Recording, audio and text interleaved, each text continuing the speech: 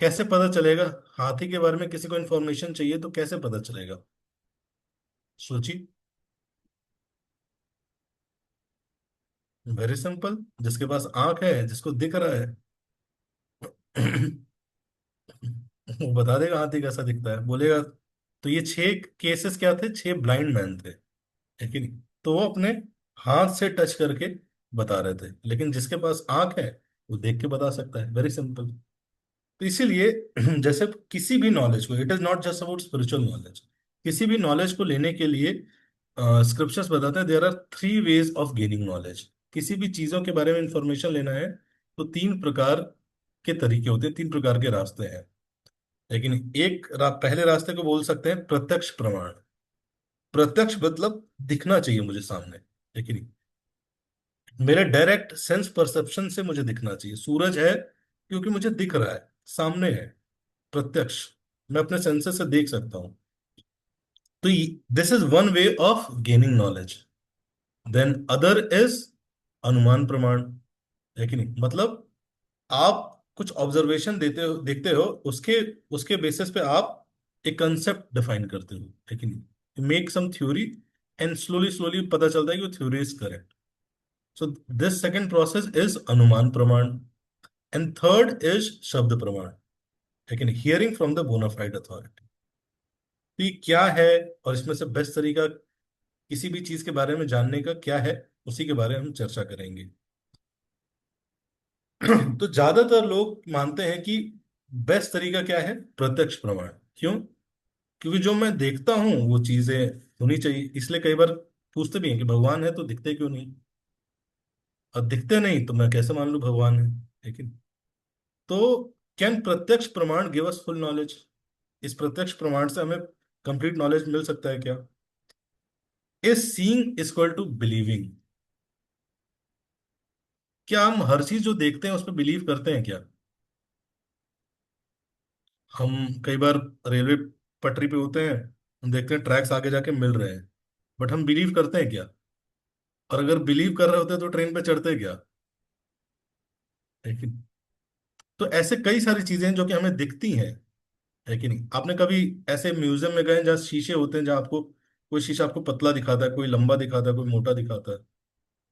तो if seeing is believing, तो क्या हम हर चीज सही में जो देखते हैं वो बिलीव करते हैं क्या लाइफ में? आपने कभी एक्सपेरिमेंट किया होगा 9th क्लास में, पेंसिल डालते हैं पानी के अंदर, टेढ़ी दिखती है, तो क्या हम बिलीव करते हैं कि वो टेढ़ी हो गई, या उसके पीछे एक लॉ हम समझते हैं और उसकी अंडरस्टैंडिंग से देखते हैं? हम जब गर्मियों में रोड पे गाड़ी चलाते हैं, दूर, इसको बोलते हैं मिराज, दूर दिखता है कि पानी है, और वहां जाते हैं तो ऐसा लगता है कि यहाँ नहीं है, और आगे है, और आगे जाएंगे तो वहां पानी है। सो क्या इज सीइंग बिलीविंग, है कि नहीं? हम किसी भी सेंसेस से अगर कोई नॉलेज लेते हैं तो उसके अंदर एक समस्या है, लेकिन क्यों सिर्फ सेंसेस पे डिपेंडेंट नहीं हो सकते हम भगवान को जानने के लिए या किसी भी चीज को समझने के लिए? क्यों? क्योंकि हमारे अंदर 4 प्रकार के डिफेक्ट हैं। लेकिन शास्त्र बताते हैं कि वी ऑल हैव 4 डिफेक्ट्स। लेकिन पहला, 4 प्रकार के डिफेक्ट्स क्या है? First is imperfect senses. हमारे सेंसेस इम्परफेक्ट है। आप बोलोगे प्रभु जी आपके इम्परफेक्ट होंगे, मेरे सही है। मेरे चश्मा नहीं लगा है, कई लोग के चश्मा लगा है, मेरे चश्मा नहीं लगा है। तो आप में से कितने लोग हैं जो मानते हैं कि उनके सेंसस ठीक है, अभी ठीक ठाक है? ठीक ठाक है मतलब बेटर है, सही है, खराब नहीं है? ये कितने लोग मानते हैं कि वो सुन सकते हैं? मैथमेटिकली डिस्कस करें, कोई नहीं सुन सकता। तो आपने ज्वाइन क्यों किया हुआ है फिर? अरे कुछ तो सुनाई दे रहा होगा। यस, गिरीश गिरीश टू कह रहे हैं कि कैन लिसन। बस। हाँ, 2 3 4 5 6, लेकिन 7, कुछ लोग सुन पा रहे हैं, ओके वेरी गुड। बाकी लोग देखने के लिए पीपीटी देख देख के समझ रहे हैं। वो है क्या इसमें ब्रेल? तो नहीं है आपका लैपटॉप में ब्रेल कुछ? अच्छा, कितने लोग देख पा रहे हैं? देख पा रहे हैं, सुन भी पा रहे हैं, देख भी पा रहे हैं? कुछ लोग कह रहे हैं हम दोनों नहीं कर पा रहे हैं। चलिए, तो हम चेक करते हैं आप में से, एक मैथमेटिकली देखते हैं कि हम कितना देख पाते हैं। तो कोई बताना चाहेगा, साइंस का स्टूडेंट है कोई, कि टोटल रेंज में विजिबल स्पेक्ट्रम कितना होता है? कितने से बीच, कितने बीच में विजिबल स्पेक्ट्रम होता है? किसी को याद है?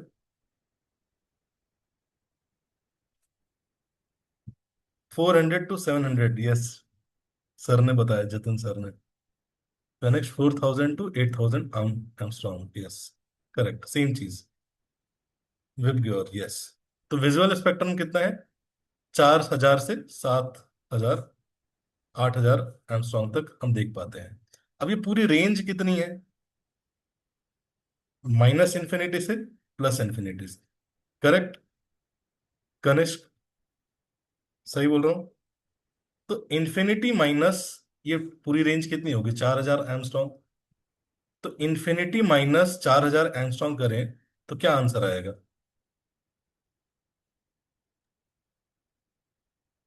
कौन बताएगा?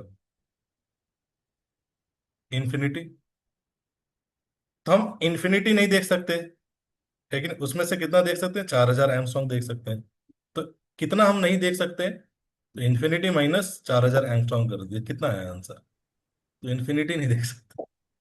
तो इसका मतलब, लेकिन वी हैव, इसलिए इम्परफेक्ट रादर देन इम्परफेक्ट बोलने के, हम क्या बोल सकते हैं? We have a limitation to our senses. लेकिन हमारे सेंसेस, कई बार लोग कहते हैं हमें भगवान है तो दिखते क्यों नहीं है? अरे, हमें बहुत सारी चीजें नहीं दिखती हैं, लेकिन क्यों? क्योंकि हमारे सेंसेस में लिमिटेशंस है। And it is not only with eyes, it is with years also. आप कितना सुन सकते हैं? 20 हर्ट्ज से 20 किलो हर्ट्ज तक, है कि नहीं? लेकिन एक विसल होती है, डॉग विसल, है कि नहीं? वो हमें नहीं सुनाई देती है, लेकिन डॉग्स को सुनाई देती है। क्यों? क्योंकि it is less than 20 hertz. कई यहाँ पे साइंस के टीचर भी हैं, मैं ऊपर नीचे हूं तो थोड़ा एडजस्ट कर लीजिए। तो कहने का मतलब ये है, सही कह रहा हूँ जतनप्रू? ये है। तो there are cosmic rays, there gamma rays, x rays, ultraviolet rays, infrared, microwave, radar, radio, broadcast band, long wavelength, short wavelength, बहुत सारी है, लेकिन हम उसमें से बहुत छोटा देख पाते हैं। तो इसलिए there is limitation to our eyes. Similarly there is limitation to our ears. तो कहने का मतलब ये है कि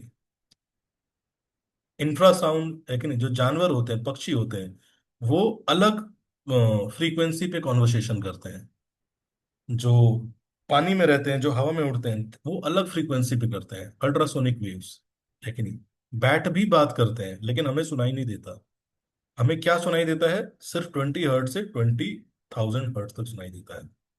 तो इसका मतलब हमारे ईयर्स की लिमिटेशंस है। लेकिन,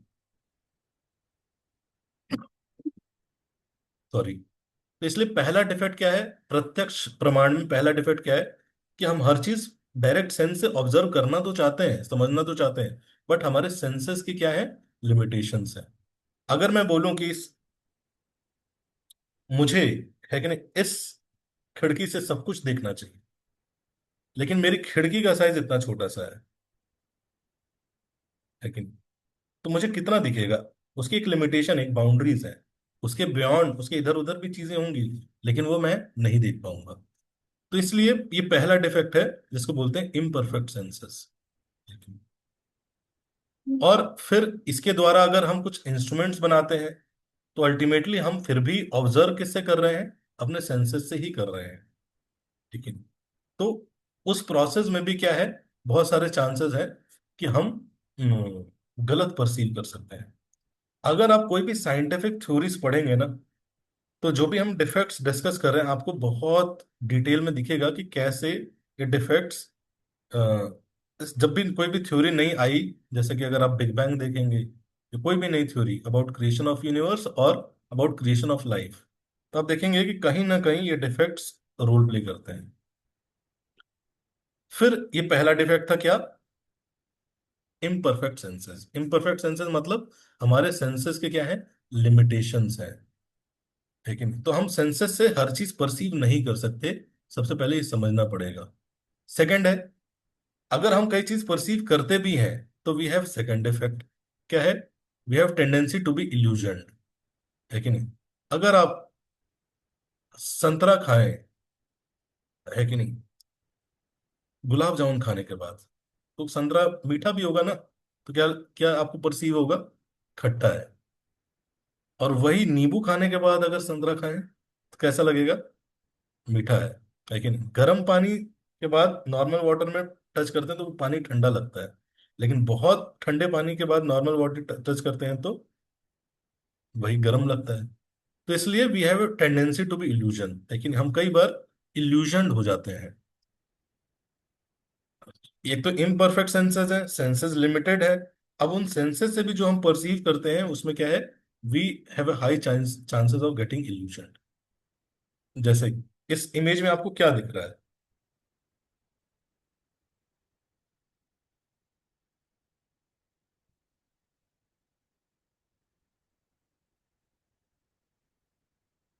ट्राइंगल दिख रहा है, तनुजा को ट्राइंगल दिख रहा है, सईदे को ट्राइंगल दिख रहा है। ट्राइंगल, पैकमैन दिख रहा है। किसको पैकमैन दिख रहा है? पैकमैन था ना, ऐसे ऐसे चलता था और ऐसे खाता जाता था चीजें।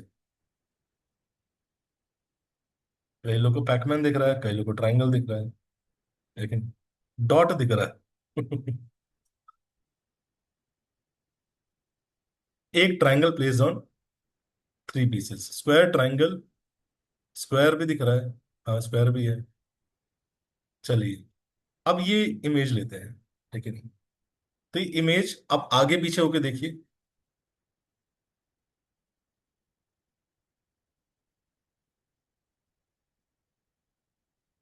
तो आपको ये सर्कल जो है मूविंग लग रहे हैं। आप स्टिल रहिए तो आपको स्टेबल दिखेंगे, आगे पीछे होंगे तो मूविंग दिखेंगे। तो हम किस तरह से चीजों को परसीव कर रहे हैं उस पर भी डिपेंडेंट होती हैं चीजें। अगर हम आगे पीछे कर रहे हैं तो सेम चीज हमें क्या लग रही है, मूविंग है। लेकिन हम स्टेबल होकर देख रहे हैं तो सेम चीज स्टैटिक है। तो इसलिए we have our senses have a tendency to be illusion, and all our senses. लेकिन कई बार, एक बार एक व्यक्ति था, एक फॉरेनर इंडिया आया, तो बनारस गया। लेकिन बनारस जितने भी लोग जाते हैं ना, मेरा बर्थ प्लेस है बनारस, तो बनारस जितने भी जाते हैं ना, बड़े बिल्डर होके जाते हैं, स्पेशली फॉरेनर्स। तो एक बार फॉरेनर आया, तो उसने देखा बड़ा स्ट्रेंज, स्ट्रेंज ही देखी। तो हमारे एक फ्रेंड से मिला, बोला कि in India people are so strange. उसने पूछा क्या, तो बोला I saw a guy he was trying to break the stone from the cloth. मैंने क्या देखा, मैं घाट पे गया तो वहां देखा कि एक व्यक्ति एक बड़े से पत्थर को कपड़े से तोड़ने का प्रयास कर रहा था। तो मेरे दोस्त ने कहा वो धोबी था। पत्थर नहीं तोड़ रहा था, वो कपड़े धो रहा था। इंडिया में this is our washing machine. We wash our cloth like this. तो हम कई चीजों को अलग तरीके से परसीव करते हैं, है कि नहीं? तो इसीलिए we have a tendency to be illusion. इसलिए कई बार हम दूसरों को भी जब देखते हैं ना, दूसरों के अंदर कमियां दिखती हैं, तो ये मान लेना चाहिए कि we have a tendency to be illusion. हो सकता है वो गलत हो, एक कहते हैं ना, इसे कहते हैं गिविंग बेनिफिट ऑफ डाउट। लेकिन अगर हम ये देने लगते हैं ना तो हमारे संबंध बने रहते हैं। बट हम मानते ही नहीं कि हम इल्यूजन हो सकते हैं। मैं और इल्यूजन में कैसे आ सकता हूँ? नो ना, आई एम ऑलवेज राइट। लेकिन तो उसके कारण बहुत समस्या होती। Sorry. Third defect is we have a tendency. तो पहला क्या था, सेंसेस इम्परफेक्ट है बिकॉज इट हैज लिमिटेशन। दूसरा क्या था, we have tendency to be illusion. Third is हम मिस्टेक्स करते हैं, हम ना चाहते हुए भी मिस्टेक्स करते हैं। लेकिन जैसे कि हबल कांस्टेंट, ये यूनिवर्स जब हबल टेलीस्कोप से देखा गया तो पाया गया कि ये जो जितने भी, सॉरी, क्या बोलेंगे इसको, गैलेक्सीज हैं, सब एक दूसरे से दूर जा रही हैं। तो पहले डिफाइन किया गया कि ये जो ये दूर जा रही है ना, ये एक फिक्स वेलोसिटी से, फिक्स स्पीड से दूर जा रही है।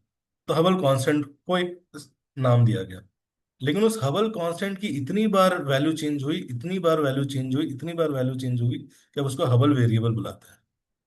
लेकिन क्रिएशन ऑफ यूनिवर्स, लेकिन पहले बोला गया कि सब एक पार्टिकल से आया है। फिर बोला गया कि नहीं नहीं ये स्टैटिक है। फिर बोला गया कि नहीं पार्टिकल से आया है। जब नहीं समझा पाए कि क्यों ये एक्सपैंड क्यों हो रहा है, वो फोर्स कहाँ से आ रहा है, क्योंकि फोर्स भी तो क्रिएशन के बाद ही आया होगा ना।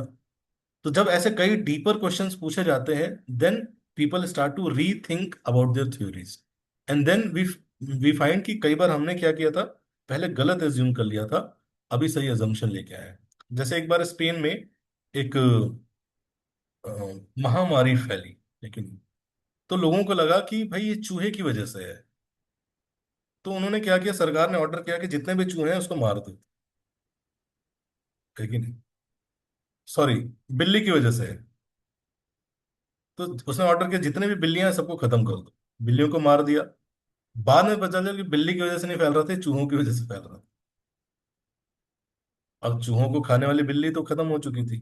तो इसलिए कई बार है कि नहीं, ब्रेन को पहले जब साइंटिफिक डिस्कवरी नहीं हुई थी तो क्या माना जाता था, ये कूलिंग एजेंट है। तो ऐसे बहुत सारी चीजें समय के साथ इवॉल्व होती हैं, and we have a tendency to commit mistakes. लेकिन जैसे कि, और जब मिस्टेक हो जाती हैं तो हमारे अंदर क्या है, चौथा डिफेक्ट क्या है, चीटिंग प्रोपेंसिटी। क्योंकि आज ह्यूमन गलती मानता कहाँ है, लेकिन ज्यादातर गलती छुपाता है। It requires a great courage accept our mistakes. लेकिन चाहे वो रिलेशनशिप में हो, चाहे साइंस में हो, चाहे स्कूल में हो। लेकिन जब स्कूल में एक्सपेरिमेंट करते थे ना, तो जी की वैल्यू निकालते थे, पेंडुलम वाला एक्सपेरिमेंट याद है सबको। तो पेंडुलम इधर से इधर जाता था, इधर से इधर जाता था।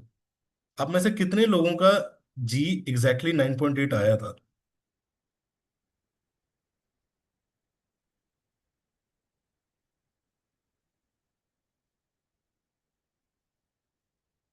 या वो एक्सपेरिमेंट छोड़िए, कॉलेज में भी बहुत सारी चीजें क्यों,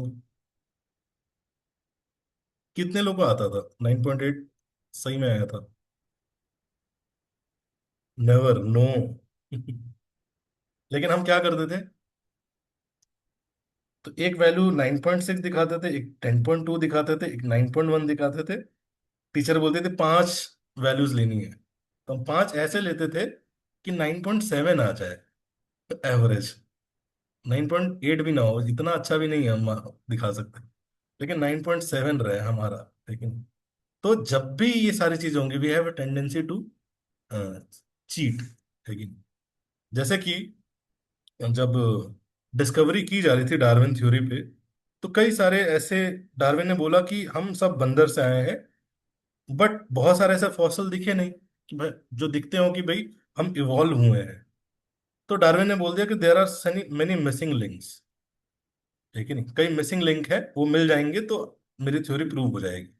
तो डार्विन ने एक थ्योरी दी थी। लेकिन डार्विन के एजम्पशंस थे, अगर आप किसी ने पढ़ी है, हालांकि लोग डार्विन की थ्योरी पे बिलीव करते हैं, बट डार्विन की वो भी 9-10 में पढ़ाई गई थ्योरी पे।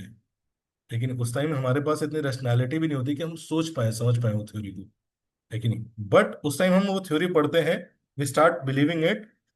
बट तो डार्विन ने कभी भी अपनी थ्योरी को प्रमोट नहीं किया। डार्विन का जो सेक्रेटरी था हक्सले, लेकिन उसने एक्चुअल में डार्विन थ्योरी को प्रमोट किया। तो अगर आप पढ़ोगे ओरिजिन ऑफ स्पीसीज, है कि नहीं, नेचुरल सिलेक्शन, तो डार्विन ने अपने बुक में लिखा है कि ये आंख जो है ना, ये बाय इवोल्यूशन कम आ सकती है। ये मुझे विश्वास ही नहीं होता। डार्विन ने खुद लिखा है। हमारे बॉडी के कई ऐसे ऑर्गन्स हैं, it can come by chance, come by evolution, that is not possible, because it is such complicated thing. लेकिन एक एक सेल इतना कॉम्प्लिकेटेड है कि वो इवोल्यूशन से आया है, वो विश्वास नहीं कर सकता कहीं। लेकिन थ्योरी स्टैब्लिश हो गई थी, तो अब उसको प्रूव करने के लिए क्या किया, तो इसको बोलते हैं 1960s में, 40 से 60s में बहुत सारे लोगों ने क्या किया, उन्होंने बोला कि हमें मिसिंग लिंक मिल गया है। ठीक है। लेकिन 1900 से लेके 1960, 60 साल तक वो म्यूजियम में रखा भी गया। लेकिन इसको बहुत फेमस बोलते हैं पिल डाउन मैन हुड्स। उन्होंने क्या किया, एक बंदर का स्कल, ह्यूमन का स्कल और बंदर का जबड़ा, दोनों को कंबाइन करके और बोला कि ये मिलाया है कि नहीं। जब बीच का होगा तो दोनों के कुछ ना कुछ ट्रेड तो होंगे ही। उन्होंने बोला कि ये मिलाया हमने। So we have evolve from monkeys. 67 में जाके पता चला कि ये फ्रॉड किया था, लेकिन फाइलिंग करके थोड़ा सा चेंज कर रखा था, है कि नहीं, स्कल स्केलेटन उसका। तो इसीलिए, क्योंकि अब पहले से दिमाग में ये चीज बिलीव हो गया है कि हम सब बंदर सा है, तो आप कुछ भी डिस्कवरी करोगे और आपकी खोज की जिज्ञासा की क्या है, होड़ किस चीज की है, कि भाई मुझे दिखाना है कि मैं आगे हूं, है कि नहीं।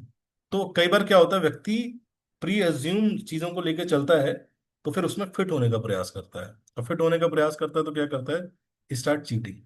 लेकिन so this is fourth effect, लेकिन वी चीट, लेकिन ये है। तो इसलिए पहला जो तरीका है किसी भी चीज चीज के बारे में जानने का, प्रत्यक्ष प्रमाण, उसमें क्या है, लिमिटेशंस है। सेकंड इज अनुमान प्रमाण, थ्योरीज बेस्ड ऑन ऑब्जर्वेशन, लेकिन तो अगर आप मुझे देखते हैं कि मुझे पसीना आ रहा है, तो आप क्या अज्यूम करेंगे, क्यों आएगा, अगर मैं पूछूं मुझे क्यों पसीना आ रहा है,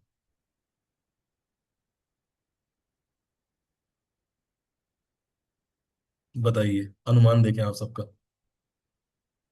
गर्मी लग रही होगी, जैकेट पहन के बैठा हूं मैं तो। May be due to exercise, नहीं मैं एक्सरसाइज ज्यादा नहीं करता। एंजाइटी, हो सकता है, बट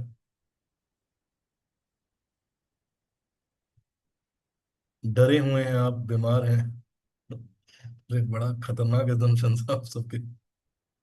आप डरे हुए हैं, वर्कआउट किए होंगे, रनिंग, हीटर चल रहा है क्या, स्टेयर चढ़ के आए हैं, ज्यादा गर्म पकड़े हैं, you might be scare of something, temperature difference, body homeostasis, अरे बाप रे। फीलिंग रेस्टलेस, नर्वस, एक्सरसाइज, गर्मी, घबराहट, workout, due to stress of fear, eating something spicy, खाया क्या आपने, मिर्च खा लिया क्या, अरे मैं लेक्चर ले रहा हूँ, खाता हुआ कहाँ दिख रहा हूँ। रनिंग बोल रहे हैं उसकी वजह से, बीपी हाई है क्या आपका, धूप पड़ रही है, हाँ धूप दिख रही है आपको, हाई बीपी, किचन से काम करके आए हैं, ऐसा कुछ नहीं है। लेकिन मैं बोलूँ कि ये कैमरे के सामने पानी टपक रहा है, लेकिन बहुत कुछ अनुमान लगा लिया आप लोग, तो अनुमान लगाने में एक्सपर्ट है। तो अनुमान प्रमाण है कि नहीं, मतलब अज्यूम करना देख के। अब इसमें प्रॉब्लम क्या है कि इसमें जो भी हम अनुमान लगा रहे हैं वो क्या होगा, किसके बेसिस पे होगा, इसी के बेसिस पे होगा, हमारे सेंसेस के बेसिस पे। और सेंसेस में क्या है, लिमिटेशंस हैं।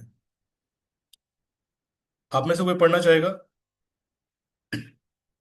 चार्ल्स डार्विन क्या कहते हैं ओरिजिन ऑफ स्पीसीज बुक में।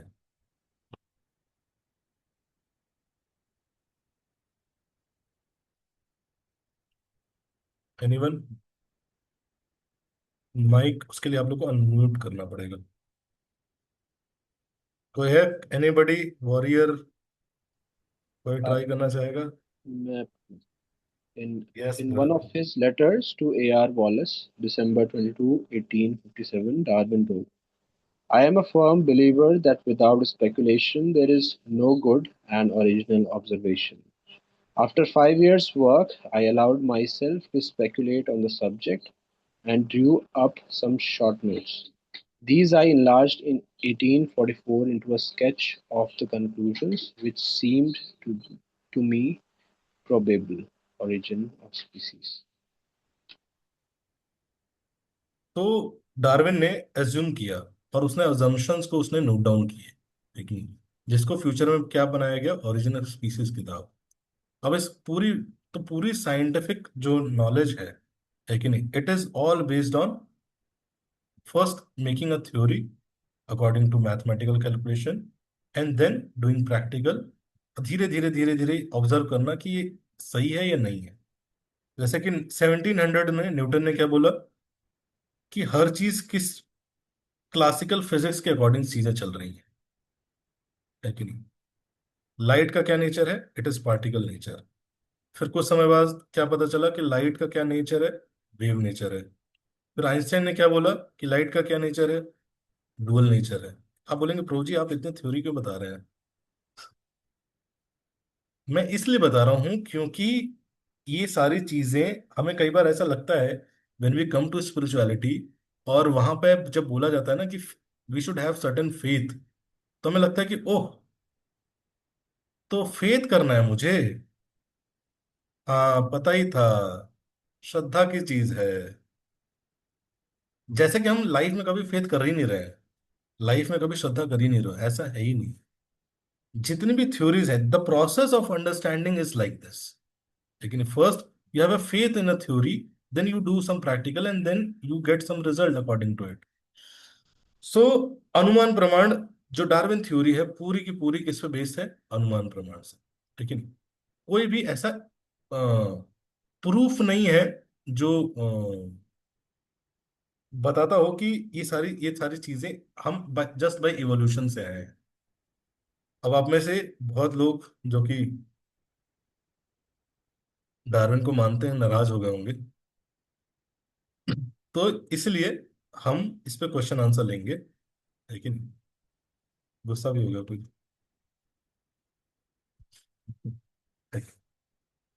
तो कैसे, ये समझने की बात है। डार्विन की इंस्ट्रक्शंस पढ़ते हैं पहले।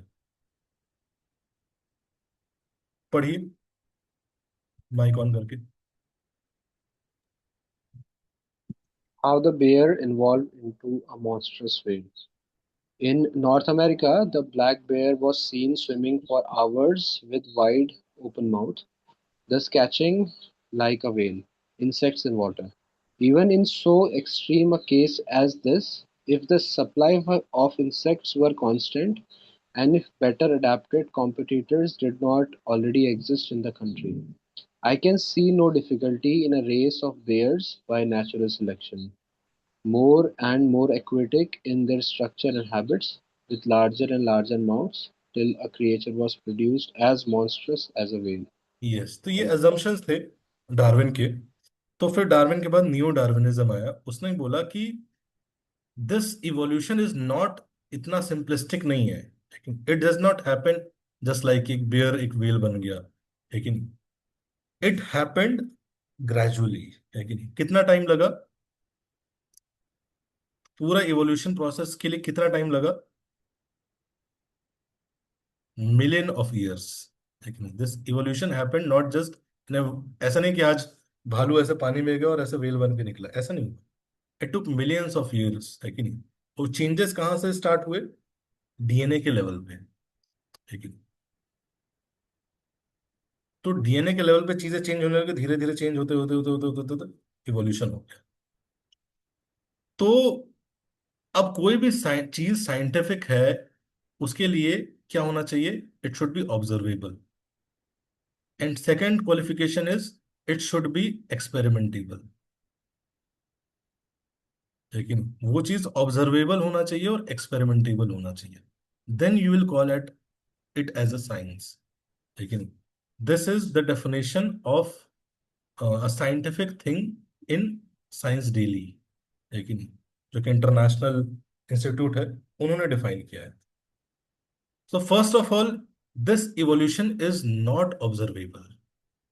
लेकिन ये पूरा प्रोसेस जो है कि नहीं, इट इज नॉट ऑब्जर्वेबल। जब देखा गया तो ऐसे बताया गया कि बहुत छोटे माइक्रो ऑर्गेनिज्म से धीरे धीरे धीरे इवॉल्व करके हो गए। और आप जाएंगे तो कई सारे ऐसे म्यूजियम्स भी हैं जहाँ पे एक इवॉल्व स्ट्रक्चर में आपको दिखाया भी गया है कि ये इवोल्यूशन का ये रिप्रेजेंटेशन है, फैमिलीज हैं ये सारी चीजें। बट जब कुछ साइंटिस्ट वहां पे जाके प्रॉपर तरीके से, स्पेशली अभी के साइंटिस्ट, मैं इसलिए बता रहा हूँ because these discoveries are recent. अभी बहुत सारे साइंटिस्ट जब जाके देखने लगे एग्जैक्टली exactly, पहले का कल्चर था एक बिलीफ का कल्चर था, जो भी आता था everybody use to believe. Now people have started questioning more about these things. तो लोगों ने क्वेश्चन देखा कि भाई जो ये हायरार्की दी हुई है फैमिलीज की ट्री, ये ज्यादातर क्या है, it is more of adaptation, ठीक है नहीं। भाई चिड़िया थी, उसकी बीक छोटी थी, वही बड़ी हो गई। इस तरह के चेंजेस एक्चुअल में फॉसिल से दिखते हैं, लेकिन टोटल स्पीशीज के चेंजेस वो नहीं दिखे, लेकिन देर इज नन। स्पीशीज के चेंजेस देर इज नन। लेकिन किसी की उंगली पांच थी, छह हो गई, लेकिन ऐसे एडेप्टेशन के चेंजेस दिख रहे हैं, लेकिन टोटल इवोल्यूशन के चेंजेस नहीं दिखे। तो अनुमान कई बार हम लगाते हैं अपनी लाइफ में, it is part of taking knowledge, है कि नहीं।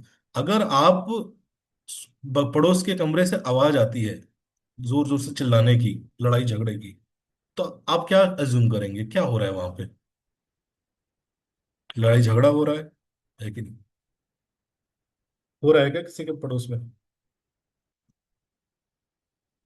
तो एक अनुमान हम ये लगा सकते हैं, लेकिन दूसरा अनुमान क्या है, भाई ड्रामा की प्रैक्टिस चल रही है शायद, लेकिन तो इसलिए अनुमान जो है ना, एजम्पशंस, लेकिन it is based on our senses, our mind, लेकिन इसीलिए देर इज ग्रेट, और हमारे सेंसेस हमारे माइंड में there is four defects. So there is great possibility in taking knowledge about the absolute from this medium also, अनुमान प्रमाण के द्वारा। इसीलिए फिर तीसरा तरीका है। तो ये प्रोसेस गलत नहीं है, but this are not the perfect way of gaining that knowledge. ऐसा नहीं कि प्रत्यक्ष हम जो देखते हैं वो गलत ही है, लेकिन हालांकि आप क्वांटम फिजिक्स के हिसाब से देखेंगे तो आपको सब कुछ गलत लगेगा, लेकिन लेकिन तीसरा तरीका क्या है, जिसको बोलते हैं शब्द प्रमाण, लेकिन knowing things from the bona fide authority. एक वॉशिंग मशीन आप खरीद के लाते हैं, और वो कैसे फंक्शन करेगी, बेस्ट कौन बता सकता है? जिसने बनाया है, वॉशिंग मशीन बनाया है, वो आपको बेस्ट बता सकता है। उसी प्रकार से दिस होल यूनिवर्स, है कि नहीं, there is two process of knowing things. One is हम खुद से टेस्ट करें चीजों को, और दूसरा है एक बोनाफाइड अथॉरिटी से, बोनाफाइड सोर्स से हम जाके पता कर लें चीजों को। तो जब हम, जैसे एक बच्चा है, उसको अगर पता करना है कि उसका पिता कौन है, तो इस जानकारी के दो प्रोसेस हैं, ठीक है। फर्स्ट इज, एक प्रोसेस है कि भाई जितने भी मेल्स हैं, लेकिन सबका डीएनए टेस्ट करो, लेकिन और मैच करो। बट अगर हम ये प्रैक्टिकली करते भी हैं, तो इसमें कितने साल लग सकते हैं? 800 साल। लेकिन उतना उतना में कहीं हो सकता है उसके ओरिजिनल फादर मर जाए। तो ये एक तरीका है, लेकिन थ्रू खुद से प्रयास करना। और दूसरा तरीका क्या है, just go and ask your mother who your father is. और इससे क्या पता चल सकता है? पता चल सकता है बहुत इजी तरीके से, a child can know about his father. So similarly, when one we are trying to know the knowledge about God, there are two processes, like an analytical process, and Krishna does not reject that process in Bhagavad Gita. Krishna कहते हैं कि yes, if somebody is interested in that, somebody wants to try that, then they can do that also. लेकिन आगे के chapters में पढ़ेंगे तो Krishna is actually promoting analytical way of knowing him also. But the other way is father के बारे में जानना, just ask your mother. So the scriptures जो है, हमारे शास्त्र है, वो क्या है, it are they are exactly like our mothers, and they can tell us about who our supreme father is. So best way of knowing about our supreme father is to reaching out the scriptures rather than speculating about it. So this is the third way called shabd praman, hearing from a bona fide authority. And then तो ये जो process है, जैसे कि हम material knowledge के लिए there is proper institution, there is proper books, there are proper teachers, उसी प्रकार से स्पिरिचुअल नॉलेज के लिए भी देर आर प्रॉपर परंपरास, लेकिन ये संप्रदाय बोलते हैं उसको, लेकिन सो देर are four sampradaya in our Vaishnava culture. There is Brahma sampradaya, भगवान ने नॉलेज दिया ब्रह्मा जी को, उनके लीनिएज में जो लोग नॉलेज लेते हैं उसको ब्रह्म संप्रदाय बोलते हैं। सेकंड इज लक्ष्मी जी, श्री संप्रदाय। अगर आप साउथ में जाएंगे तो जितने भी टेम्पल्स हैं वहां पे it mostly comes under Shri संप्रदाय। लेकिन देन थर्ड इज निम्बार्क संप्रदाय। लेकिन एंड फोर्थ इज रुद्र संप्रदाय। तो इस तरह से चार बोनाफाइड संप्रदाय हैं, बोनाफाइड बुक्स हैं। लेकिन अगर आपको बुक्स देखनी है तो फिर ये चार संप्रदाय हैं, four bona fide sampradaya to take spiritual knowledge. Shri sampradaya, Brahma संप्रदाय, रुद्र संप्रदाय और कुमार कुमार संप्रदाय। और इनके अलग अलग आचार्य हैं। श्री संप्रदाय में रामानुजाचार्य है, ब्रह्म संप्रदाय में मध्वाचार्य है, लेकिन रुद्र संप्रदाय संप्रदाय में विष्णु स्वामी और कुमार संप्रदाय में निम्बार्काचार्य। ठीक है। तो इस प्रकार से चार संप्रदाय हैं और उस चार संप्रदाय के चार बोनाफाइड आचार्य थे जिन्होंने ये नॉलेज दिया। तो स्पिरिचुअल नॉलेज लेने का जो बोनाफाइड तरीका है वो क्या है? थ्रू परंपरा। फोर्थ चैप्टर अगर आप पढ़ेंगे तो भगवान बोलते हैं एवं परंपरा प्राप्तम, है कि नहीं? सो स्पिरिचुअल नॉलेज को लेने का तरीका है, it should not be spiritual knowledge manufacture ना की गई हो, लेकिन it should be coming, an ultimate knowledge should be coming from God. तो ब्रह्मा जी को सबसे पहले ये नॉलेज मिली थी, and Brahma ji gave it to Narada Muni, and this, आप पूरा वो लिस्ट दे सकते हैं, through this sampradaya, through this process this knowledge is coming to us. So ISKCON comes under Brahma Madhva Gaudiya sampradaya, Madhvacharya, Brahma Madhva Gaudiya sampradaya in the lineage of Chaitanya Mahaprabhu. सो सारे स्क्रिप्चर्स को वेद व्यास जी ने लिखा। अब ये स्क्रिप्चर्स की कैटेगरीज हैं, श्रुति है, स्मृति है, लेकिन सो श्रुति मतलब इसमें आते हैं वेद, उपवेद, वेदांग। और स्मृति मतलब इसमें आते हैं पुराण, इतिहास, षट दर्शन, है कि नहीं? ये सारी चीजें आती हैं। तो ये सारी चीजों का जो क्रक्स है वो क्या है? भगवत गीता। जब हम भगवत गीता समझते हैं तो इसलिए हमें पता होना चाहिए। कई बार लोग बोलेंगे, लेकिन जब when we discuss things with other religion, तो लोग कहते हैं कि आपकी किताबें तो मैन्युफैक्चर्ड है, हमारी तो डायरेक्ट आई है कि नहीं? बट कोई भी रिलीजन की किताब डायरेक्ट नहीं आई है। हर व्यक्ति, हर रिलीजन में किसी एम्पावर्ड व्यक्ति को ये नॉलेज दिया गया, and he wrote those knowledge into books, है कि नहीं? चाहे वो इस्लाम भी हो, है कि नहीं? तो इसीलिए जो proper way of taking knowledge about any religion, the proper way of knowing about God is शब्द प्रमाण, है कि नहीं?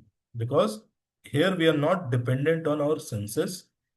Of course we use our senses, mind, intelligence, है कि नहीं? अगर आप पूरे स्क्रिप्चर्स देखोगे तो there is, whole scriptures are conversation, question and answer, Arjun Krishna, question answer. But the process is taking knowledge through shabda parampara, शब्द प्रमाण। So we discussed today about three ways of gaining knowledge, लेकिन प्रत्यक्ष, अनुमान एंड शब्द। प्रत्यक्ष प्रमाण में क्या है?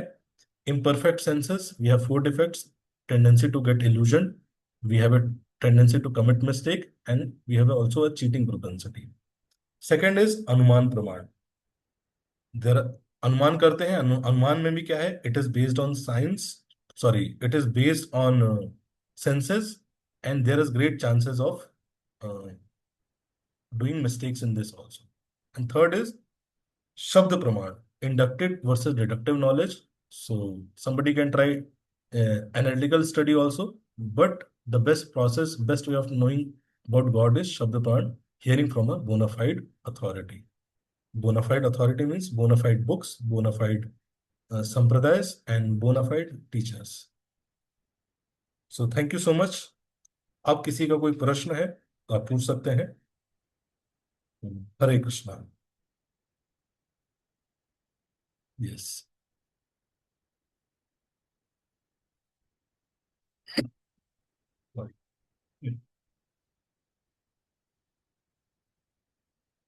Sir, are Vedas the only source to reach God?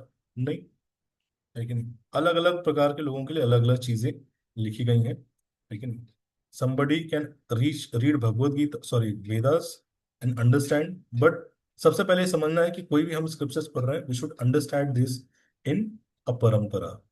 अगर आप श्रीमद् भागवतम पढ़ेंगे तो भगवान वहां पे जितने भी स्क्रिप्चर्स ट्रांसलेट किए, सॉरी, लिखे, 5,000 साल पहले स्क्रिप्चर्स लिखने की भी आवश्यकता नहीं थी। बिकॉज पहले लोग क्या होते थे, श्रुतिधर होते थे, सुन के याद रख लेते थे। जैसे ही देखा गया कि कलयुग आने वाला है तो बोला गया कि कलयुग की एक सिम्टम है क्या, कलयुग जैसे जैसे बढ़ता जाएगा लोगों की मेमोरी कम होती जाएगी, याद नहीं रहेगा, अपना नंबर भी याद नहीं रहेगा। है ना, कई बार कॉल करते हैं, भाई मेरा नंबर क्या है बताना, थोड़ा भूल गया, है कि नहीं? तो धीरे धीरे कलयुग का सिम्टम है। तो इसलिए for the benefit of the people of Kaliyuga this all knowledge was written in books. सबसे पहले एक ही वेद था, लेकिन फिर इसको कैटेगराइज किया। पूरा नॉलेज एक वेद के रूप में था, लेकिन वेद व्यास जी ने इसको कैटेगराइज किया और अपने अलग अलग शिष्यों को दिया इसको प्रोपोगेट करने के लिए। तो अगर हम वेदास भी पढ़ते हैं, Nitesh, in Vedas why Indra is worship the most? नहीं, ऐसा नहीं है। आपने वेद पढ़े हैं या फिर आप किसी की रील देख के बोल रहे हैं? लेकिन तो बहुत मेरा लोग एक आजकल। फ्रेंड है, यस। वो लाइक उस ब्राह्मण है वो। तो उसके पापा ने लाइक बताया था, उनके पापा वगैरह ने पढ़ा था वेदास, तो उन्होंने कहा था कि इनिशियल वेदास में से इंद्र इंद्र को बहुत ज्यादा पूजा जाता था। नहीं, तो लाइक आप वेद वही मैं। वेद पढ़ेंगे तो उसमें अग्नि, है कि नहीं, यूनिवर्सल फॉर्म को ज्यादा कंसिडर किया गया है। लेकिन हम्म। हम फ्यूचर में डिस्कस करेंगे इसके बारे में डिटेल में कि फिर देवी देवता कौन होते हैं, भगवान के, भगवान पर्सनल होते हैं या इम्पर्सनल होते हैं, लेकिन डिटेल में डिस्कस करेंगे। बट ऐसा नहीं है कि नहीं? जो पूरा, सबसे पहले तो वेद समझना पड़ेगा, वेद है क्या। वेद के 4 पार्ट होते हैं एक्चुअल में, है कि नहीं? इट इज उपनिषद, ब्राह्मणास, अरण्यकास और संहितास। ये 4 चीजें मिलके वेद बनाते हैं, है कि नहीं? ये क्या है, इस पे मेरे पास है वैसे पीपीटी, लेकिन मैं अभी नहीं बताऊंगा आप लोगों को। ये है,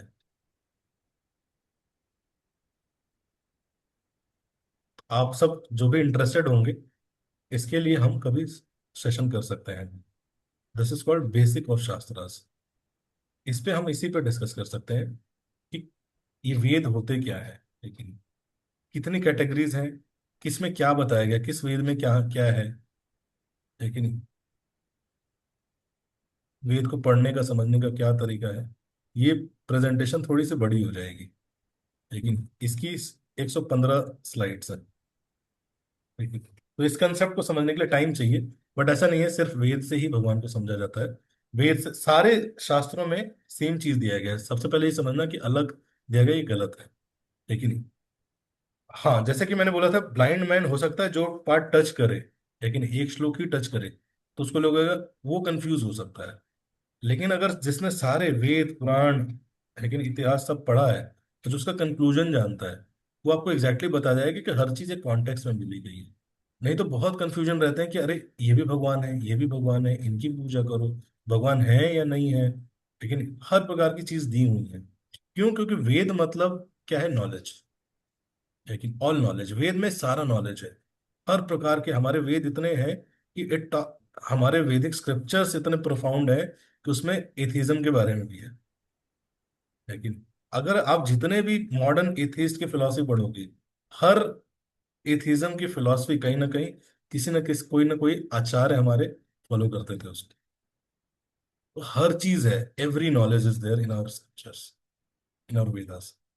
बट इसलिए मैंने बोला, एक पार्ट उठा के कोई पढ़ेगा तो there is great chances of getting confused.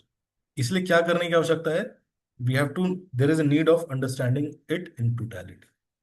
अगर जो एसेंस समझता है, इसलिए बोलते हैं कि we should understand scriptures in a parampara. लेकिन परंपरा मतलब जो आपको, जो एसेंस को जानती है और उसके हिसाब से आपको प्रेजेंट करेगी चीजें। तो ज्यादातर कन्फ्लिक्ट्स जब लोग देखते हैं तो उनको कन्फ्लिक्ट्स दिखते हैं, लेकिन है कि नहीं? जैसे एक बार एक व्यक्ति था, हिंदू तो ज्यादा था। तो जब भी वो एक मेडिसिन की शॉप स्टोर पे जाता तो वहां उनको एक मुस्लिम मिलता, और दोनों बैठ के घंटों तक डिस्कशन करते। तो घंटों तक डिस्कशन करते तो एक व्यक्ति ने पूछा कि भाई आप दोनों दूसरे दो दो धर्म, अलग अलग धर्म के हो, आप इतने घंटों तक क्या डिस्कस करते हो? तो बोलता है कि मैं हम दोनों भगवान के बारे में डिस्कस करते हैं। तो और शौक हो गया कि दोनों अलग अलग धर्म के भगवान के बारे में डिस्कस करते हो तो लड़ाई भी नहीं होती, हाउ इज इट पॉसिबल? सो उस व्यक्ति ने बोला कि a dog, when his master comes in a suit boot, in a towel, in a kurta pajama, is able to identify his master. Similarly, according to different time, place, and circumstances, when Supreme Lord comes in different forms, in different aspects, then we should also be able to identify him. तो जब हम differences देखेंगे तो हमें, अगर आपको totality पता है पिक्चर की, तो आपको पता चलेगा कि किस कॉन्टेक्स्ट में बात हो रही है। और नहीं तो क्या होता है, हर चीज क्या लगेगा, कन्फ्लिक्टिंग लगेगा। तो ज्यादातर लोग क्या है, कन्फ्लिक्ट्स देखते हैं, those who do not know the essence. But कहीं भी कन्फ्लिक्ट है ही नहीं। और अगर इसको समझना है एग्जैक्टली तो आपको श्रीमद् भागवतम का first canto, fifth six chapter पढ़ना चाहिए। वहां पे वेद व्यास जी स्वयं बता रहे हैं कि जब पूरा डिस्ट्रीब्यूशन हो रहा था, वो पूरा इवेंट लिखा हुआ है वहां पे। Shrimad Bhagavatam first canto fourth fifth chapter, लेकिन वो कर रहे थे, पूरा प्रोसेस डिफाइंड है उस टाइम का, क्या चल रहा था, what was he thinking, why he was thinking. वो जब आप पढ़ोगे तो will get the clarity, what is essence according to Ved Vyas. लेकिन बिकॉज ही रोट एवरीथिंग ना। बाकी इसके लिए आप बद्रीनाथ भी जा सकते हैं, ये कहाँ लिखी गई, तो सारे स्क्रिप्चर्स बद्रीनाथ धाम में लिखे गए, बद्रिक आश्रम। किसी का कोई प्रश्न है भगवत गीता रीडिंग चैलेंज से या आज के सेशन से, या आप सब चाहते हैं कि डार्विन के बारे में थोड़ा सा एक वीडियो दिखा दूं आप सबको? हरे कृष्ण प्रभु जी। हरे कृष्णा। प्रभु, तीनों वे में तो डिफेक्ट है, तो फिर नॉलेज गेन करने का वे बचा क्या है फिर? तीसरे में डिफेक्ट नहीं बताया मैंने, मैंने बताया तीसरा ही सही तरीका है। शब्द प्रमाण। शब्द प्रमाण, यस। शब्द प्रमाण मतलब कि अथॉरिटी पे डिपेंड करना, अथॉरिटी से जो पता चल रहा है वो राइट तरीका होता है। एक नहीं। तो इसलिए जैसे कि वॉशिंग मशीन कैसे चलेगी एग्जैक्टली, ये बेस्ट आपको कौन बता सकता है? जिसने, जिस कंपनी ने मैन्युफैक्चर बनाया। तो उसी प्रकार से ये लाइफ है, इस लाइफ का क्या पर्पस है, किस लिए मिला है लाइफ, लाइफ कैसे फंक्शन करती है, माइंड क्या है। लेकिन ये मैं कई बार नहीं करना चाहता हूँ चीजें, फिर भी कैसे कर देता हूँ, तीन गुण क्या है, नेचर कैसे वर्क कर रहा है, कर्म क्या है, ये सब एग्जैक्टली कैसे पता चलेगा? लेकिन तो जिन्होंने बताया है उन्होंने एक्सप्लेन भी किया है, एक मैनुअल भी दिया है। उन्हीं उसी मैनुअल को क्या बोलते हैं, जो भी कंपनी प्रोडक्ट बनाती है उसके साथ एक मैनुअल देती है। तो उसी प्रकार से इस लाइफ का बेस्ट यूज करना क्या है, इसके लिए एक मैनुअल दिया गया है, उस मैनुअल को पढ़ना है और हमें फॉलो करना है। हम ट्राई, हिट एंड ट्राई भी कर सकते हैं, बट उसमें करंट भी लग सकता है। लेकिन वॉशिंग मशीन कैसे काम करता है, हिट एंड ट्रायल कर सकते हैं, उसके अंदर बैठ के भी चला सकते हैं बटन, बट हो सकता है करंट मार दे। तो बेस्ट तरीका क्या है, मैंने ये बताया कि तीन तरीके हैं, लेकिन इसमें बेस्ट तरीका है शब्द प्रमाण। है कि नहीं? शब्द प्रमाण मतलब किसी के भी शब्द पे नहीं बिलीव करना। आज बहुत सारे ऐसे लोग हैं जो कि बहुत सारी चीजें बोल रहे हैं, एवरीबडी इज गुरु। है कि नहीं? और मीडिया सबको चढ़ा देता है कि नहीं? आईआईटी बीटेक वाला भी एक अभी फेमस हुआ था लास्ट, क्या नाम था उसका,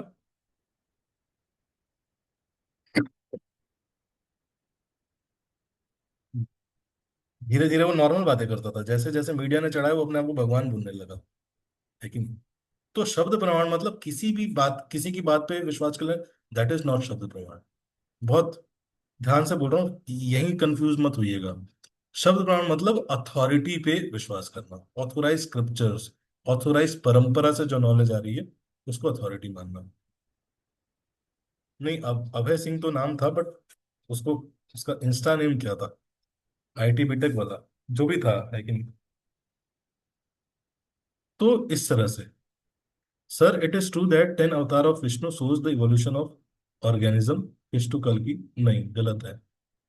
लेकिन हालांकि उसको लिंक कर दिया गया है, लेकिन भगवान के ऐसे बहुत सारे अवतार हैं। लेकिन 24 अवतार, 24 मुख्य अवतार है। लेकिन उसको देखिए क्या होता है ना, हम हमारे अंदर एक वो है, मतलब इवोल्यूशन दिखाने के लिए एक्चुअल में वो अवतार नहीं लिया भगवान ने। भगवान अवतार लेते हैं धर्म संस्थापनार्थाय संभवामि युगे युगे, लेकिन परित्राणाय साधुनां विनाशाय च दुष्कृताम धर्म संस्था, धर्म की स्थापना के लिए करते हैं। बट क्या होता है कि हम हिंदूज में कहीं ना कहीं वो है, हिंदूज क्या ज्यादातर लोगों में, ज्यादातर आजकल के लोगों में एक वो होता है कि हर चीज को एक बार कनेक्ट हो जाए। लेकिन जो भी हम शास्त्र हैं और साइंस की जो भी चीजें कहीं ना कहीं कनेक्टेड है दिखाते हैं। अगर हम ये कनेक्टेड रहते हैं ना, तो अब देखेंगे, इसलिए कई लोग क्या करते हैं, हर चीज को साइंटिफिकली डिफाइन करने लगते हैं। लेकिन लेकिन जो सिंदूर लगाते हैं, क्योंकि सिंदूर लगाने से यहाँ पे उसमें लेड होता है। मैं कई ऐसे चैनल देखता हूँ, उसमें लेड होता है, तो यहाँ से दिमाग की नर्व्स में वो चीजें चले जाती हैं, तो आयु बढ़ जाती है। तो वो तो पति के लिए लगा रही है। लेकिन मतलब कुछ भी जस्टिफाई करने लगते हैं, लेकिन it is not like that. लेकिन तो इसलिए यस, देर आर 10 अवतार्स, लेकिन और it has a connection with different forms of species. But evolution तो एक्चुअल में माइक्रो ऑर्गेनिज्म से स्टार्ट हुआ ना। अब ऐसा कोई अवतार तो हमने सुना नहीं माइक्रो ऑर्गेनिज्म वाला। लेकिन तो दिस इज रियलिटी, लेकिन ये प्रोसेस है। और it is it is not exactly connected, और it is not meant to show this.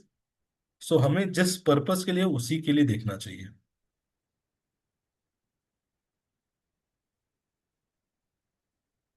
How many scriptures are there in number, scriptures देखिए।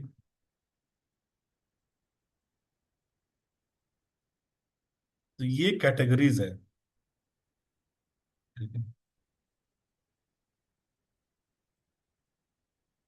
महाभारत में 1 लाख श्लोक है।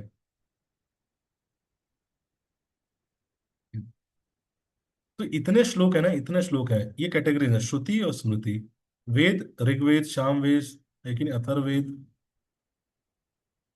यजुर्वेद, लेकिन सबके 4 कैटेगरीज हैं। फिर उपवेद है, फिर वेदांग है कि नहीं। तो हर शास्त्रों के बहुत सारे श्लोक हैं। अगर आप इस तरह से श्लोक सारे काउंट करेंगे, तो it will be in crores. और डेली भी आप, वैसे हम भगवत गीता 16 श्लोक पढ़ रहे हैं, इसी स्पीड से अगर हम पढ़ते हैं, तो 1 करोड़ श्लोक पढ़ने में कितना टाइम लगेगा?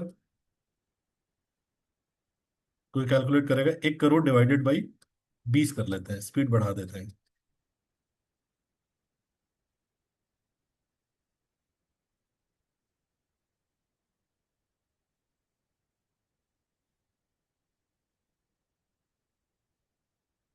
उतने दिन लगेंगे। लेकिन इसलिए बोला कि सारे स्क्रिप्चर्स को पढ़ पाना भी प्रैक्टिकल नहीं है अभी। इसीलिए जब हम परंपरा में समझते हैं, तो हमें पता चलता है कि वो क्या मेन चीज है कि नहीं। इसलिए भगवान कलयुग में बोले कि आपके पास टाइम नहीं है, इसलिए 2 किताब अगर आप पढ़ लेते हैं, श्रीमद् भगवत गीता और श्रीमद् भागवतम। अगर सिर्फ ये दो, these are the, Ved Vyas जी कहते हैं कि अगर ये वैदिक नॉलेज को देखा जाए कि एक पेड़ के समान है, तो उसका जो राइपेंड फ्रूट है वो क्या है? श्रीमद् भागवतम है। अमल पुराण या श्रीमद् भागवतम बोला गया, या श्रीमद् भागवत पुराण बोलते हैं इसको। अगर वो पढ़ेंगे तो वो क्या है, उस पूरे वैदिक नॉलेज का एसेंस है। लेकिन उसमें भी क्या है, 12 कैंटो की किताबें हैं। लेकिन तो उसमें भी 18,000 श्लोक है।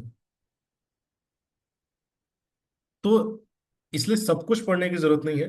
अगर आप एसेंस पढ़ना चाहते हैं, तो भगवत गीता और भागवत। पहले के लोगों की आयु बहुत ज्यादा होती थी, अभी आयु भी कम है, टाइम भी कम है। ठीक ही नहीं, और फोकस भी कम है, अटेंशन भी कम है। तो इसलिए जैसे अभी देखे, हमने शुरू किया था चैलेंज, तो ग्रुप पे 300 लोग हैं। लेकिन धीरे धीरे धीरे धीरे लोग क्या होते जाएंगे, छोड़ते जाएंगे, लेकिन हथियार डालते जाएंगे, एक एक करके हथियार डालते हैं, लेकिन कमिटमेंट भी कम है। तो इसीलिए ये बेस्ट है कि अगर हम ये एक किताब पढ़ लें भगवत गीता, लेकिन ये पढ़ लेंगे, भगवान बोलते हैं अर्जुन से कि मैं जो तुम्हें ज्ञान दे रहा हूँ अर्जुन भगवत गीता में, लेकिन इससे ज्यादा ना जानने कुछ योग्य है न कभी होगा। लेकिन 15 चैप्टर में आता है, सर्वस्व चाहम हृदय सन्निविष्टो मत्ता स्मृतिर, सॉरी, हाँ, मत्ता स्मृतिर ज्ञानम अपूर्णम च वेदैश्च सर्वैर अहम एव वेद्यु। सारे वेदों के द्वारा कौन जानने योग्य है, मैं ही जानने योग्य हूँ। तो इसलिए डायरेक्ट मैं जो बता रहा हूँ उसको सुनो, उसको फॉलो करो। क्वेश्चन है, व्हेन कलयुग विल लास्ट। कलयुग में अभी बहुत टाइम है। कलयुग का एज है 4,32,000 साल। अभी कितने साल बीते हैं, 5,000 साल, तो 4,27,000 साल और है। ठीक है। ये भगवत गीता से नहीं, पर्सनल है। प्रोजी, नाम जप करते समय नींद आने लगती है, तब क्या करना चाहिए? तो दो काम कर सकते हैं आप। ज्यादा नींद आ रही है तो सो जाइए, कम नींद आ रही है तो पानी डाल लीजिए, लेकिन चेहरे पे पानी डाल लीजिए। लेकिन कुछ प्रैक्टिकल सॉल्यूशंस निकालने चाहिए। लेकिन स्टार्टिंग में नाम जप करने से नींद आती है, क्यों? क्योंकि आपका, जब हम जप करते हैं ना, तो माइंड रिलैक्स हो रहा है। आज जब से कुछ भी प्राप्त होना बहुत मुश्किल है, लेकिन आजकल नींद नहीं आती, लोग लोग नींद की दवाइयां खा रहे हैं, करोड़ों रुपए कमा रहे हैं, लेकिन नींद की दवाई ले रहे हैं। तो आपको नींद आ रही है तो बहुत अच्छी चीज बट जब के समय नींद नहीं आनी चाहिए। तो इनिशियली जब भी कोई जब शुरू करता है तो उसके साथ, श्वेता है, तभी आंसर करता हूँ, नहीं तो जिसका क्वेश्चन था। श्रद्धा, हाँ। तो नींद, ये जब के समय स्टार्टिंग में आती है नींद, लेकिन बिकॉज माइंड बिकम्स रिलैक्स्ड। तो हमें क्या करना चाहिए, धीरे धीरे कुछ प्रैक्टिकल टिप्स करना चाहिए। जैसे कि आप खड़े होकर जब कर सकते हो अगर बैठ के नींद आ रही है, लेकिन अब जब करने का एक प्लेस बनाइए जहां आप सोते हैं, वहां बैठ के जब मत करिए। क्यों? क्योंकि वहां पे तमोगुण रहता है।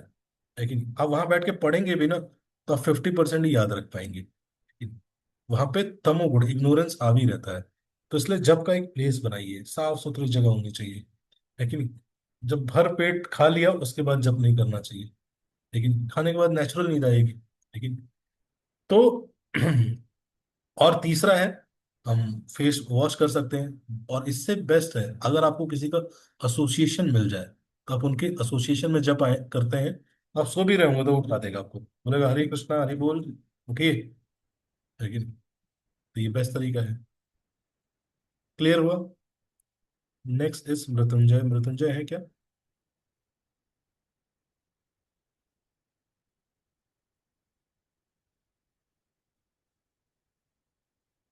Should be done without studying. Sir, ऐसा बोला जाता है कि God is inside us, so what should be done, should be the way to reach that thing without studying any book? Chant the names of God. अगर किताब भी नहीं पढ़ना चाहते, then only one process can help, is chanting the name of God. लेकिन इस process को भगवान भगवद गीता में ही बताते हैं, ध्यान रखिए, भगवान के फॉर्म पे। लेकिन उसमें भी पॉसिबल तब होगा जब आप कुछ यम और नियम पालन करेंगे, डूज एंड डोंट्स होते हैं। बिना प्राइस के पे किए तो भगवान नहीं पता चलने वाले। 50,000, 5 करोड़, ये क्या जोड़ा है कब गणेश क्लब ने? 5 लाख दिन लगेंगे। सॉरी।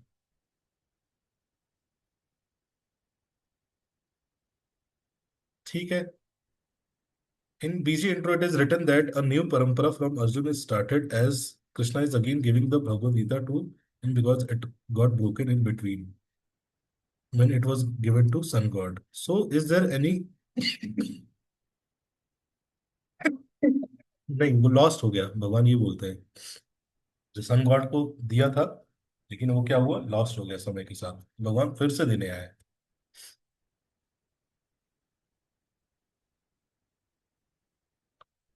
ठीक है। तो आज क्या सीखा हमने?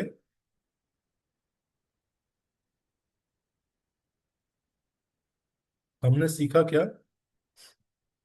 3 वेज ऑफ गेनिंग नॉलेज, प्रत्यक्ष, अनुमान और शब्द। और इसमें बेस्ट क्या है भगवान के बारे में जानने का? शब्द। ट्रू, इसमें एक क्वेश्चन है, जैसे अर्जुन भगवान के आगे सरेंडर होकर बोलते हैं, बोलता है नहीं, बोलते हैं, अटैचमेंट दुर्बलता का कारण है, बट ये हम सबको पता होती है, फिर भी हम लोग अटैचमेंट से दूरी कभी बना ही नहीं पाते। मतलब कोशिश करते हैं, पर कोई ना कोई ओवरथिंकिंग फिर से उसी अटैचमेंट और लेके चली जाती है। तो इससे कैसे डील कर सकते हैं प्रभु जी? अच्छे से बताइएगा। यस, अटैचमेंट का प्रॉब्लम है, बहुत बड़ा प्रॉब्लम है अटैचमेंट। महाभारत का युद्ध अटैचमेंट की ही वजह से अर्जुन नहीं कर रहे थे, मोह। और भगवत गीता के एंड में बोलते हैं, नष्ट मोह, हे कृष्ण, आपके इस नॉलेज ने मेरा मोह नष्ट कर दिया है। करिष्ये वचनम तव, अब आप जो बोलेंगे मैं करने को तैयार हूं। तो अटैचमेंट सिर्फ और सिर्फ स्पिरिचुअल नॉलेज से जा सकता है। बहुत स्ट्रांग अटैचमेंट है, तो it can only go away. Attachment खत्म नहीं होता है, बट कि इट इवॉल्व्स। लेकिन जिस तरह से हम चीजों को देख रहे होते हैं, जिस तरह से लोगों से अटैच हो रहे होते हैं, दिक्कत है अटैचमेंट। अटैचमेंट परेशान करता है, करता है, हरि बोल। कई कह रहे हैं लेकिन नहीं, मैं नहीं करता। सबको करता है। लेकिन तो स्पिरिचुअल नॉलेज, जब हम एक इवॉल्व नॉलेज डेवलप करते हैं, तब हमें समझ में आता है कि अच्छा ये चीजें है कि मैं क्यों ओवर थिंकिंग, है कि नहीं। मैं बता रहा हूँ, जितने भी माइंड की प्रॉब्लम है, ओवर थिंकिंग, ये वो सारी चीजें, कहीं ना कहीं लाइफ को ठीक से ना समझने के लिए है एक्चुअली। जैसे आपको एक बहुत अच्छा एग्जांपल देता हूँ। आप भगवत गीता पढ़ेंगे सेकंड चैप्टर में, तो भगवान अर्जुन जब बोलते हैं ना ये सब चीजें, तो भगवान बोलते हैं कि O Arjuna, how this impurities have come upon you. पढ़ा आप लोग ने ये वाला श्लोक?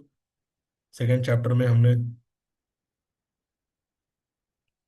तो भगवान ये नहीं बोल रहे हैं कि तुम इम्प्योर हो, तुम बेवकूफ हो। भगवान कह रहे हैं कि how this impurities have come upon you. तो भगवान क्या पर्सपेक्टिव देख रहे हैं कि अर्जुन अच्छा है, लेकिन इसके अंदर इम्प्यूरिटीज आ गई है। हम इस सेम चीज को कैसे ट्रांसलेट करते हैं कि मैं ही बेकार हूँ, मैं ही बेवकूफ हूँ, मैं हमेशा गलती करता हूँ, मैं तो गलत ही रहता हूँ। तुरंत अपने आप को सेल्फ सैबोटेज करने लगते हैं हम। No, we all are, according to Bhagavad Gita, we all are part and parcel of God, and we all are pure souls, है कि नहीं। वी, हम जिस चीज के संपर्क में आते हैं, उसका नेचर कहीं ना कहीं से ले लेते हैं। एंड बिकॉज, इसलिए भगवान कह रहे हैं कि how this impurities have come upon you. तुम तो ऐसा नहीं हो, लेकिन तुम्हारे अंदर इम्प्योरिटी आ गई, जिसके कारण तुम इतना अटैच, इतना वीक हार्टेड दिख रहे हो, एक्ट कर रहे हो। तो अब because of ignorance of knowledge, person becomes attach. और जब नॉलेज आता है उसके अंदर, इसलिए भगवान बोलते हैं, भगवान कृष्ण ने पूरे महाभारत में अस्त्र नहीं उठाए, लेकिन सबसे बड़ा अस्त्र उठाया क्या? ज्ञान की तलवार, स्वॉर्ड ऑफ नॉलेज। लेकिन जिससे उन्होंने अर्जुन को क्लैरिटी दी, उस क्लैरिटी से अर्जुन ने अच्छे से युद्ध किया, and that make them victorious. तो इसलिए ये जो अटैचमेंट की चीज है कि नहीं, इट विल, ये तभी बेटर होती है जब हम स्पिरिचुअल एंगल से चीजों को देखते हैं। स्पिरिचुअल एंगल से देखने के लिए हमें स्पिरिचुअल नॉलेज होने की बहुत आवश्यकता है, लेकिन ठीक है। गतिशु, और किसी का कोई प्रश्न है? प्रभु जी, व्हाट इज स्पिरिचुअलिटी, आध्यात्मिकता क्या है? यस। तो बहुत देर से प्रभु जी आप स्पिरिचुअलिटी स्पिरिचुअलिटी कर रहे हैं, क्या है, क्या स्पिरिचुअलिटी? प्रश्न ये है।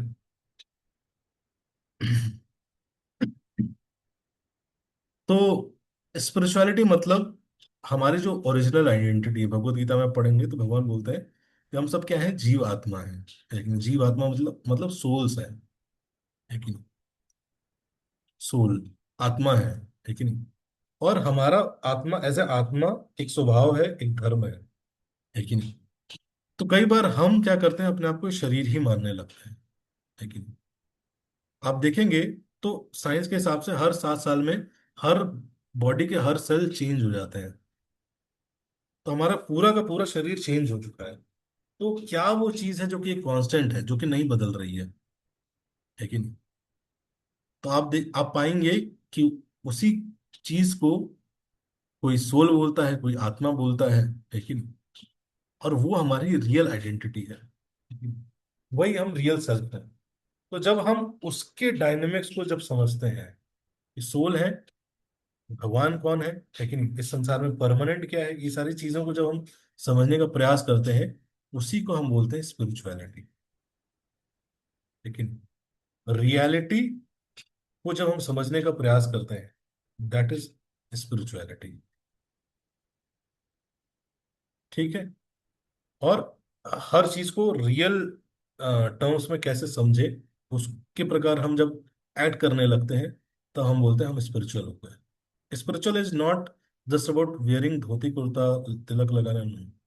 लेकिन it is about seeing things with this knowledge. Bhagavad Gita के ज्ञान से जब हम चीजों को देखने लगते हैं, तब हम उसको बोल सकते हैं कि हम क्या हो गए, स्पिरिचुअल हो गए हैं।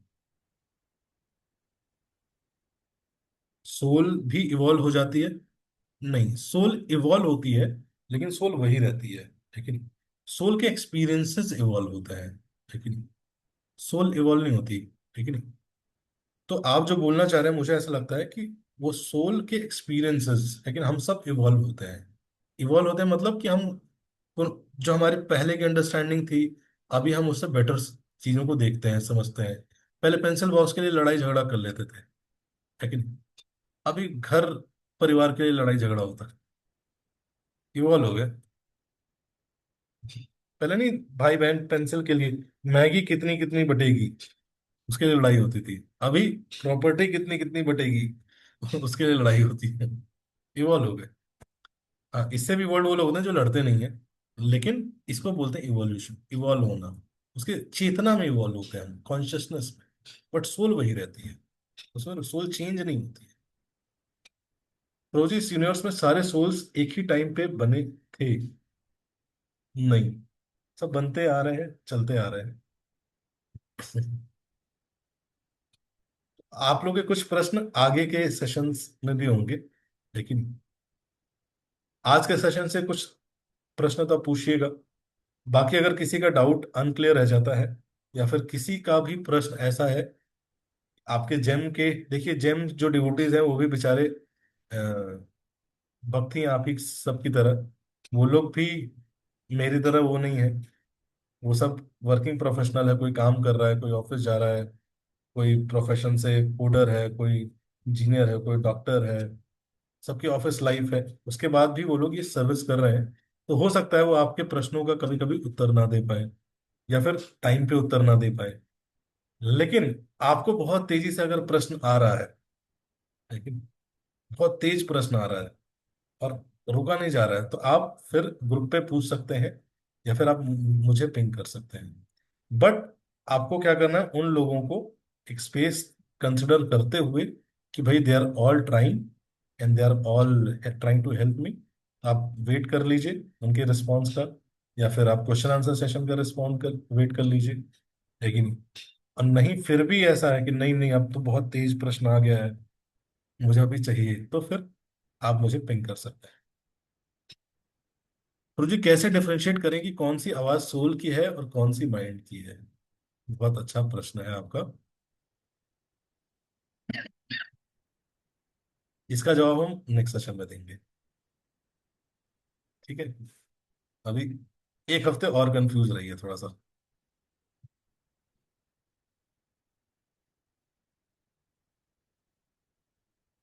ठीक है।